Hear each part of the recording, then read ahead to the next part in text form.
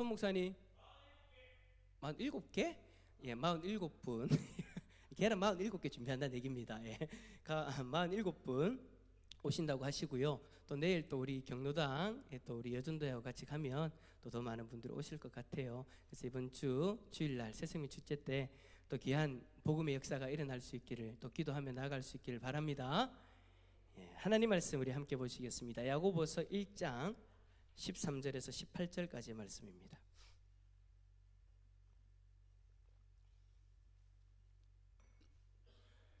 야고보서 1장 13절에서 18절까지 우리 한 절씩 교독하겠습니다. 사람이 시험을 받을 때에 내가 하나님께 시험을 받는다 하지 말지니 하나님은 악에게 시험을 받지도 아니하시고 친히 아무도 시험하지 아니하시느니라.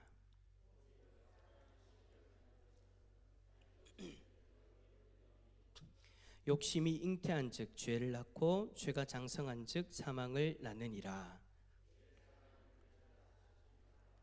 온갖 좋은 은사와 온전한 선물이 다 위로부터 빛들의 아버지께로부터 내려오나니 그는 변함도 없으시고 회전하는 그림자도 없으시니라.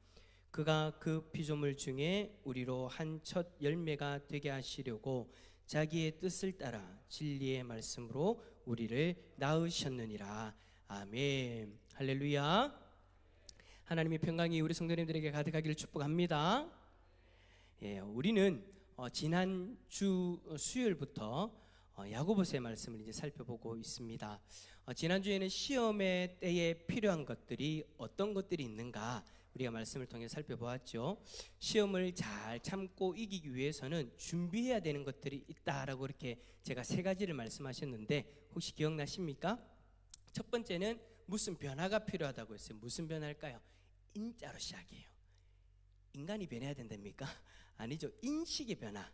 시험에 대한 인식의 변화가 필요하고, 두 번째는 지혜, 세 번째는 당당함과 겸손함이 준비되어져야 된다라고 그렇게 제가 말씀을 드렸죠. 이 세 가지를 잘 준비하면 어떠한 시험이 다가와도 12절의 말씀처럼 시험을 참을 수 있고 그로 인해 놀라운 하늘의 복을 누리게 된다라는 것을 말씀을 나누었습니다. 자, 그렇다면 오늘 본문에서는요, 이제 그 시험이 우리에게 다가온 경위에 대해서 말씀해 주시는 것을 우리는 오늘 본문을 읽으면서 발견할 수 있습니다.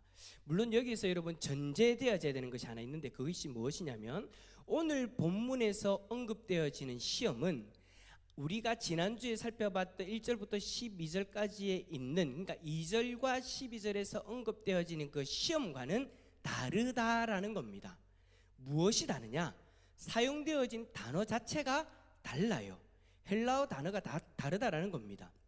2절과 12절에서 사용되어진 그 시험이라는 단어의 의미는 하나님이 하나님의 백성들을 연단하시는 시험과 사단이 하나님의 백성들을 넘어뜨리기 위해서 미혹해하는 그 시험을 모두 아우르는 단어다라고 제가 말씀을 드렸죠.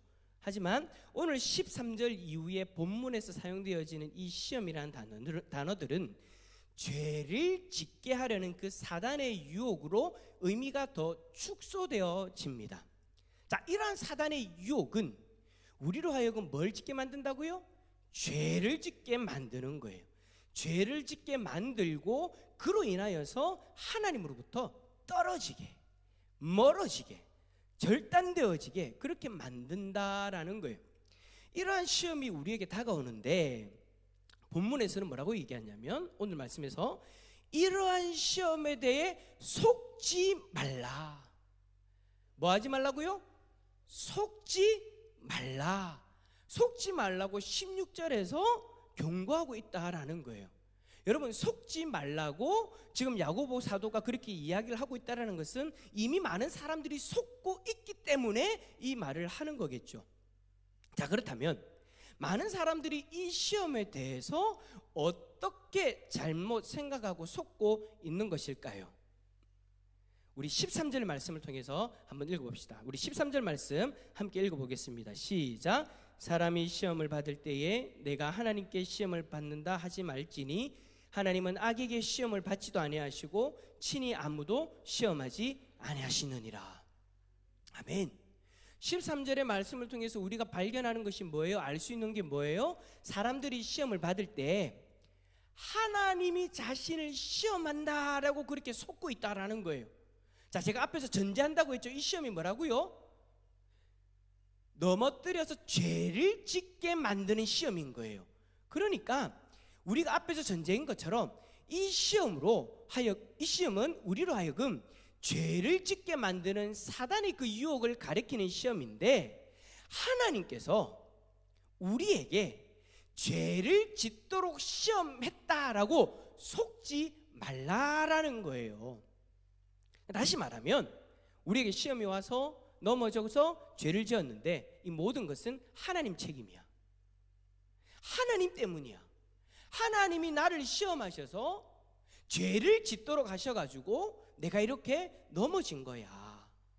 그러니까 자신이 죄를 짓고는 하나님 때문이다라고 핑계를 댄다라는 거예요. 그러면서 하나님이 나에게 어떻게 이럴 수 있냐고, 나에게 어떻게 이러한 환경을 주시고 나를 어떻게 이렇게 시험할 수 있냐고, 나를 밀어붙이냐고 그렇게 할 수 있다라는 것이죠. 여러분, 솔직히 많은 사람들이 이런 생각을 합니다. 그게 현실이에요. 자기가 죄를 짓고 하나님이 나를 이렇게 시험하셨다, 나를 이렇게 인도하셨다라고 그렇게 말하는 거예요. 그런데 이러한 생각에 대해서 야고보는 뭐라고 이야기하냐면 우리가 뭐하고 있다고요? 속고 있다라고 그렇게 말하는 거예요. 무슨 말이에요? 다른 말로 얘기하면 그렇게 생각하면 된다고요? 안 된다고요? 안 된다라는 거예요. 하나님이 우리로 하여금 죄를 짓도록 그렇게 시험하는 것이 아니다라고 이야기를 하는 거죠. 자, 그런데 이렇게 이야기를 하면 이제 성경을 좀 읽으신 분들은 바로 이제 대뜸 이렇게 말씀하실 수도 있어요. 성경에 보면 하나님이 사람들의 마음을 강팍하게 하셔가지고 죄를 짓게 하는 그런 장면이 있지 않냐라고 그렇게 말씀하실 거예요. 네, 실제로 성경에 보면 그렇게 기록하고 있는 성경들이 있어요. 특히 여러분, 애굽왕 바로가 이스라엘 백성들이 애굽을 나가겠다고 할 때에 성경은 뭐라고 이야기하냐면 하나님이 애굽왕 바로의 마음을 강팍하게 하셔서 이스라엘 백성들을 보내지 않았다라고 그렇게 기록하고 있는, 표현하고 있는 데들이 있잖아요. 그죠? 뿐만 아니에요. 하나님이 유다왕 다윗의 마음을 움직여가지고 다윗으로 하여금 하나님의 뜻에 어긋나는 인구조사를 하도록 했던 그런 장면도 있고요. 또한 하나님이 이스라엘 왕 아합을 깨워서 죽게 하기 위해 거짓말하는 영을 보내는 그런 장면도 솔직히 성경에 있어요. 뿐만 아니라 곳곳에 하나님이 인간으로 하여금 죄를 짓게 만드는 그런 시험을 주는 그런 듯한 어떤 모습들이 있는 성경들이 많이 있다라는 거예요. 근데 여러분, 성경을 가만히 다시 한 번 더 보면은요, 이러한 우리의 생각, 그러니까 표면적으로 드러나는 그 문자 그대로의 그 의미를 그대로 받아들이는 것이 잘못된 해석이다라는 것을 우리는 알 수 있어요. 이 부분에 대해서 사도 바울이 아주 명쾌한 답을 주시는데 로마서 1장 28절에 보면 이런 말씀이 있습니다. 다시 한번 읽어볼까요? 또한 시작. 또한 그들이 마음에 하나님 두기를 싫어하며 하나님께서 그들을 그 상실한 마음대로 내버려 두사 합당하지 못한 일을 하게 하셨으니. 자, 뭐예요? 하나님이 그들이 경건한데 죄를 짓도록 유혹하고 미혹한 것이 아니라 원래 그들의 마음이 뭘 두기를 싫어한다고요? 하나님 두기를 싫어한다라는 거예요. 그러니까 그들의 마음 가운데는 이미 뭐로 가득하다라는 거예요? 죄로 가득하다란 말이에요. 근데 그 죄로 가득한 그 상태를 하나님이 억지로 막지 않으시고 그냥 그대로 두니까 그들이 죄를 짓게 되었다라고 해석해야 된다라고 바울이 이야기를 하는 거죠. 여러분, 그래서 야고보는 이 시험의 경위를 정확하게 밝힙니다. 우리를 유혹하는 그 죄들은 하나님이 주시는 것이 아니라 결국 우리에게 문제가 있다라고 그렇게 말하고 있는 거예요. 자, 그 문제가 뭘까요? 자, 우리 14절 말씀 한번 들고 봅시다. 14절입니다. 시작. 오직 각 사람이 아멘. 자, 보세요. 각 사람이 시험을 받는 것은 뭐 때문이라고요? 자기 욕심. 여러분, 아담과 하와가 죄를 지었을 때 생각나십니까? 사단이 하와를 제일 처음에 공격할 때 무엇을 공격했어요? 뭘 노리고 공격했어요? 오늘 말씀하고 딱 그대로 연결되어 있어요. 욕심이었어요. 선악과를 따먹으면 하나님과 같아질 수 있다라는 그 욕심, 그 욕심을 사단은 정확하게 그것을 간파하고 그것을 노렸던 거예요. 결국 아담과 하와는요, 그 욕심으로 인해서 하나님과의 관계를 끊어버립니다. 하나님과 했던 그 약속을 어겨버려요. 하나님같이 되고자 하는 그 욕심을 가지고 죄를 지어버렸다는 말이에요. 죄의 길을 선택한 것이죠. 그래서 여러분 어떤 일이 일어났어요? 15절 말씀 보니까 욕심이 잉태한 즉 뭘 낳고요? 죄를 낳고, 죄가 장성한 즉 사망을 낳느니라. 결국 욕심으로 시작된 그 죄가 우리로 하여금 영원한 죄에 빠지도록 만들어 버렸다라는 거예요. 뿐만 아니라 여러분, 앞에서 예를 들었던 바로 왕도 마찬가지인 거예요. 바로는 이스라엘 백성들을 자신의 노예로 삼고자 계속해서 그 노예의 상태를 유지하고자 하는 뭐가 있었던 거예요? 욕심이 있었던 거예요.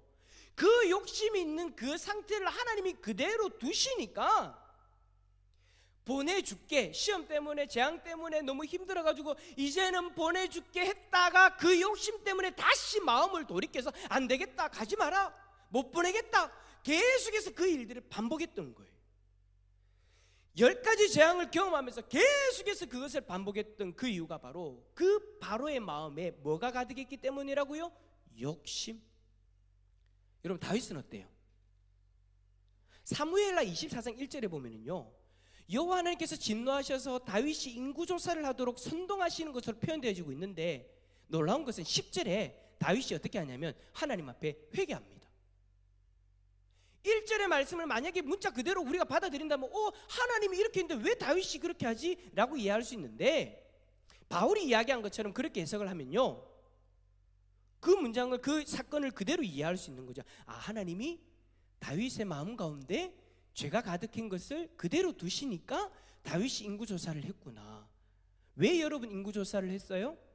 자신의 권력을 과시하기 위해서, 과시하고자 하는 그 욕심에 사로잡혀서 그 욕심에 사로잡힌 그 다윗을 그대로 두시니까 다윗이 인구조사를 통해서 하나님이 싫어하신 그 죄를 짓게 되더라는 거예요. 그 죄를 짓고 나서 10절에 하나님 앞에 하나님 저 잘못했어요, 하나님이 싫어하시는 그 죄를 지었어요. 결국 그렇게 하나님 앞에 회개를 하더라라는 것이죠. 결국엔 다윗도 욕심 때문에 그렇게 넘어진 거예요. 여러분 우리는요, 하나님 앞에서 경건하게 살기 위해서 참 많은 노력들을 합니다. 여러분 그렇지 않나요? 그러면 고개라도 한번 끄덕여 주십시오. 뭐 뒤에 있는 사람들 볼까 좀 창피하면 눈이라도 좀 깜빡거려 주시고. 우리는 하나님 말씀대로 살려고 노력하잖아요. 주일 예배 때 들었던 그 말씀들, 그리고 여러분들이 개인적으로 말씀을 읽으면서 새벽 예배 때마다, 그리고 우리 강 예배 때마다 말씀을 주시면 그 말씀대로 살고자 막 노력합니다. 그런데 여러분, 우리가 그렇게 노력하고 애를 쓰지만 넘어지는 우리의 모습을 인해서 우리는 마음 가운데 스스로 실망하고 좌절할 때가 있죠. 그 이유가 뭐예요? 그것은 여러분, 우리가 지금 초점을 잘못 맞추고 있기 때문이에요. 우리는 자꾸 어디에 집중하냐면 죄의 모습에만 집중하고 있어요. 그래서 그것을 하지 않으려고만 노력하고 있죠. 근데 여러분 알고 보니까 실상은 원인이 따로 있어요. 그 원인이 무엇인지에 대해서 생각하지는 않고 오직 죄의 모습, 죄로 인해서 드러나는 그 모습만 하지 않으려고 발버둥 치니까 문제가 해결되지 않더라는 거예요.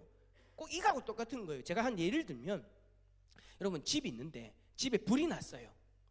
불이 나면 여러분 바깥으로 뭐가 나옵니까? 그렇죠, 연기가 나와요. 집 밖으로 나오는 그 연기를 보고 연기가 나오는 것이 문제라고 생각하고 연기 나오는 구멍들을 다 막아버린다면 여러분 문제가 해결됩니까?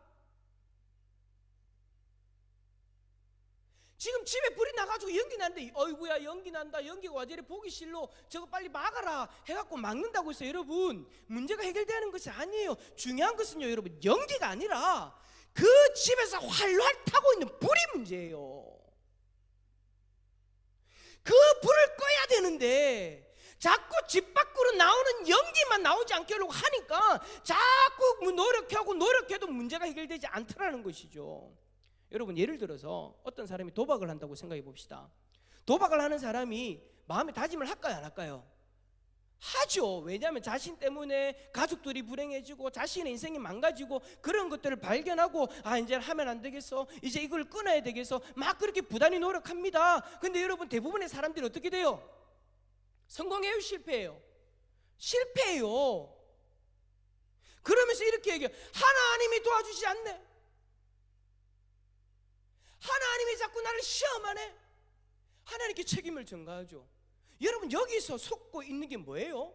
자신의 문제가 도박이라고 생각하는 거예요. 여러분, 도박은요, 불이 난 집에서 드러나는, 밖으로 나오는 연기일 뿐이에요. 도박을 멈추려면 어떻게 해야 되냐면 그 원인인 불을 꺼야 돼요. 도박의 원인이 뭘까요? 욕심. 고생하지 않고 조금이라도 더 많이 벌고자 하는 그 욕심, 남의 것을 손쉽게 취하려고자 하는 그 욕심, 짧은 시간에 더 많은 돈을 벌고자 하는 그 욕심, 더 많은 것을 누리고자 하는 그 욕심, 그 욕심이 가득한데 도박만 끊으려고 하니 이 문제가 해결되지 않는 거예요. 술도 마찬가지죠. 교회에 나와서 이제 하나님을 믿고 나서 술을 끊어야 되겠다 싶어서 막 노력을 해요. 술을 끊는 행위만을 안 하려고 노력을 하죠. 근데 여러분, 그게 잘 돼요, 안 돼요? 대답하지 마십시오. 지금 얘기하면 정체가 탄로납니다. 속으로만 대답하십시오. 노력하면 돼요, 안 돼요? 잘 안 돼요. 왜요? 여러분, 술 먹는 행위는 그냥 불난 집에 그냥 나타난 연기일 뿐이라니까요. 그 안에, 집 안에 벌어지고 있는 그 불의 그 현장, 그 불의 문제를 해결하지 않고 드러나는 그 술의 문제만 해결하려고 하니 안 되는 것이죠. 여러분, 술을 왜 먹어요? 대답하지 마세요. 술을 속으로만 대답. 술을 왜 먹어요? 저는 솔직히 저만 공개할게요. 저는 지금 술 안 먹습니다, 여러분. 이렇게 공개한다고 해서 또 엄마 김국일 목사님 술 먹는 것도 아닙니다. 옛날에 먹었어요. 옛날에 봤자 우리 어르신들한테 별거 아니지만 어렸을 적에 술을 먹었어요, 젊었을 때. 근데 여러분, 젊었을 때 술을 먹었던 이유가 뭔지 아십니까? 그 술을 통해서 만족하려는 욕심이 있었어요. 다른 것에서 해결하지 못하는 그 스트레스, 다른 것에서 해결하지 못하는 만족, 이 술을 통해서 만족하려고 하는 제 안에 욕심이 있었어요. 근데 이거를 끊으려고 하니 안 되는 거예요. 술 안 먹는 행위만 하려고 하니까 지나가면서 뭐 볼 때마다 생각이 나는 거예요. 날씨에 따라서 생각이 나는 거예요. 뭐가 생각나는지 얘기하지 마세요. 얘기하지 마세요. 모르시는 거예요. 여러분들은 다 그냥 모른다고 하세요. 드러나는 현상만을 없애려고 하다 보니까 안 되는 거예요. 결국에 나중에 어떻게 됐냐면 내 안에 진짜 문제를 발견하게 됐어요. 그 욕심, 그것으로 인해서 스트레스를 풀고자 하는 그 욕심, 그것으로 인해서 만족하고자 하는 그 욕심, 그 욕심의 문제를 나중에 하나님이 깨닫게 하셨고 예수 그리스도로 말미암아 그 욕심의 문제를 해결해 주시니까 끊어지게 되더라라는 것입니다. 여러분, 죄의 모습들이 다 이래요. 우리가 죄 짓는 것들을 한번 가만히 생각해 보세요. 누구하고 싸웠어요? 뭐 때문에 싸우셨어요? 결국은 그 싸운 이유가 결국은 내 안에 있는 어떤 욕심 때문 아니에요? 내 자존심? 나 자신을 지키고 하는, 누군가 앞에서 나 자존심을 지키고 하는 그 욕심? 누군가 거를 왜 훔쳐요? 이 물질에 대한 욕심이 있으니까 훔치는 거잖아요. 여러분들이 지금 고민하고 있는 그 죄의 모습들 뭐예요? 결국에는 여러분, 오늘 야고보 사도가 이야기하는 것처럼 그 욕심 때문인 거예요. 죄의 모습들이 다 그래요. 욕심이 잉태하여 뭘 났다고요? 죄를 낳아버린 거예요. 결국에는 우리 안에 있는 그 욕심이 이끌려서 사단의 시험에 넘어가 버리고 죄를 짓게 되는 거고, 죄를 낳게 되는 거고, 결국 그 죄로 말미암아 사망의 길에 들어서게 되는 거예요. 많은 사람들이 지금도 속고 있습니다. 자신의 욕심 때문에 시험에 빠지고 죄를 짓고서는 하나님이 나를 시험하셨다, 그래서 내가 넘어졌다, 그렇게 하나님 앞에 책임을 전가하고 있어요. 그리고 자신의 그 죄의 모습을 해결하려고 발버둥 치는데 하나님이 도와주시지 않는다고. 내가 그렇게 기도하고 기도하는데 왜 하나님 나를 자꾸 안 도와주는지 모르겠다고, 은혜가 부족한 것 같다고. 그래서 기도할 때 뭐 구하는 줄 압니까? 하나님 은혜를 주세요, 은혜를 주세요, 은혜를 주세요. 모든 원인이 내 안에 있는 욕심이 원인인데, 그 욕심을 하나님 앞에 내려놓고 회개하는 것이 아니라 은혜 주세요, 은혜가 부족해서 내가 안 변하고 있어요, 그렇게 하고 있다라는 거예요. 그래서 오늘 말씀을 통해서 우리에게 말씀합니다. 그거 아니야. 너희 안에 있는 욕심이 문제야. 여러분, 하나님이 부족해서 은혜를 안 주십니까? 하나님은 이미 우리가 누릴 수 있는 은혜를 풍족하게 주고 계세요. 하나님은 우리에게 은혜 조금 주면서 죄 한번 지을까 안 지을까 한번 볼까? 죄 짓네? 아이고 짰어, 이렇게 하는 분이 아니라니까요.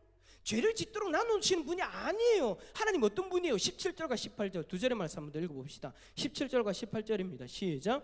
온갖 좋은 은사와 온전한 선물이 다 위로부터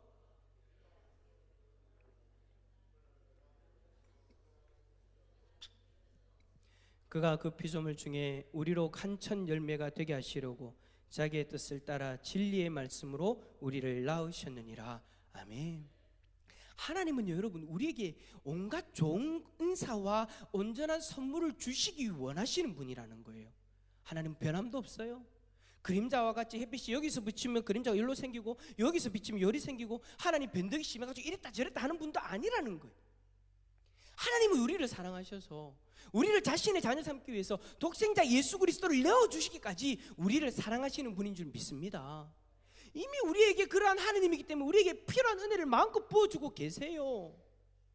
사랑하는 성도 여러분, 문제는요, 하나님이 아니라 우리의 욕심이 문제예요. 욕심.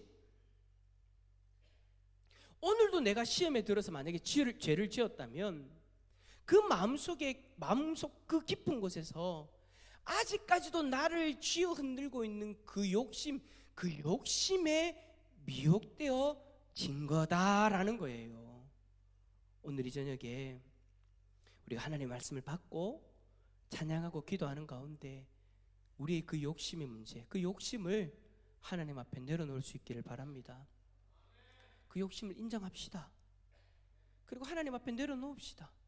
그 욕심이 있던 자리에 온갖 좋은 은사와 온전한 선물로 가득 채워주실 줄 믿습니다. 이러한 하늘의 은혜를 누리는 우리 모든 성도님들이 다 되시기를 예수 그리스도 이름으로 축원합니다. 우리 함께 찬양합시다.